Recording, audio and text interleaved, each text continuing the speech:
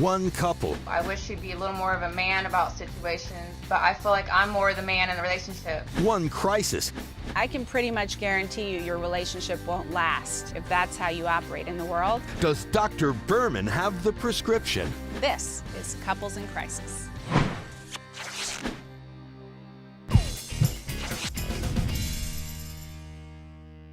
Hello. Hi.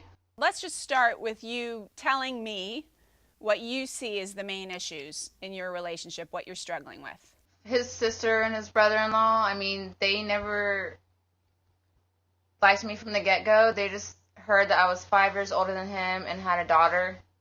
They didn't get a chance to meet me, so they judged me right away.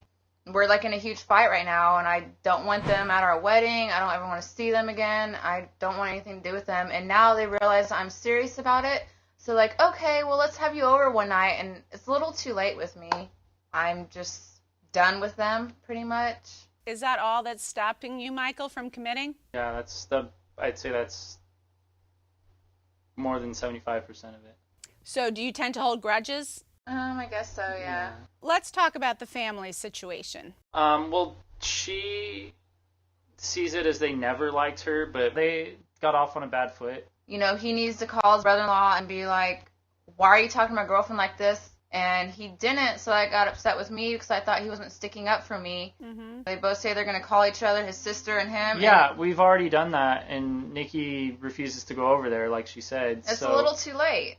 Why is it too late? Because they never gave me a chance from the beginning. They want to know why I'm with him, why I love him. You know, so I prove myself, and then they call me and, like, totally bitch me out. It's like, don't treat me like that. So Okay. I'm done. Well, let me ask you, Michael, how close to your family are you? I have a really strong bond with my sister and my brother-in-law.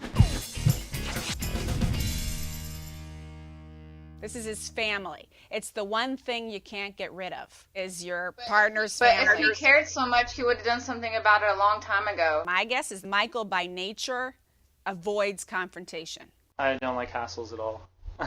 I just kind of wish that, you know, he wants to be with me and he knows our age difference, so I wish he'd be a little more of a man about situations and take charge and get things done. But I feel like I'm more the man in the relationship. Speaking to him that way and criticizing him that way, what you're accidentally doing is making the situation significantly worse and knocking down his self-worth and self-esteem, which is why he avoids the conflict in the first place. You know, you imagine just like chopping off levels of his self-esteem where he's getting smaller and smaller and smaller. And he's also not going to be the one that you end up attracted to, because you're not going to like the monster you create. And he's going to see you as an angry, critical mother and get grossed out with you.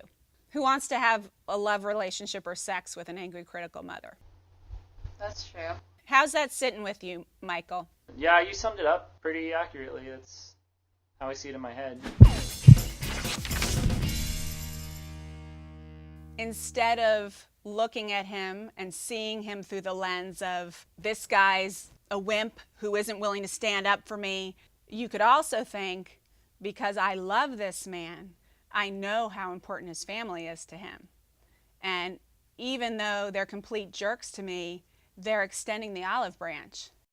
I mean, that's definitely something I have to think about because, you know, my heart's been broken with them. And once your heart's broken, it's really kind of hard to mend. A heart never breaks. A heart gets beaten up. A heart can get stomped on, but it never breaks. And it's always able to forgive. I stand firm to my decisions, so... Okay. So you're unwilling to move. If they can take their time trying to work it out, and then they finally wait all these months, then I have all the right to take as long as I want as well. So Michael, Nicki's still stuck in revenge, and she's a very long way from forgiveness. Like you said, she holds grudges for a long time. What really concerns me is that I can pretty much guarantee you your relationship won't last if that's how you operate in the world, and no relationship will last. Just right now, I'm still at that stage where it's too fresh, too soon. She has a wall she puts up. For as long as she's committed to being this way and handling her sadness and hurt this way, she's going to hold a lot of grudges in a very toxic way. It worries me. You're going to just get more and more bitter and more emotionally alone. But you're going to have to figure out if you can work around that or not. You know, I know this isn't what you probably thought was going to happen as we sat down together, but, you know, I just go with the truth. If you guys get married like this, without some real shifts and changes, you're not going to last. It's going to destroy you. Something we're willing to take some chances on, I guess. Okay. If and when you are ready, I want you to let me know. I definitely will. Okay. I'm rooting for you.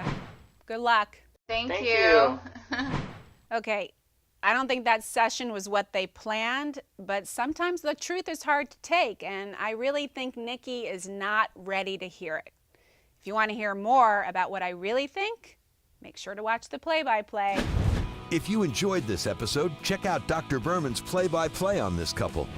And check out What the Heck Are You Eating?, where Joy Bauer breaks down the good and the bad in your favorite foods.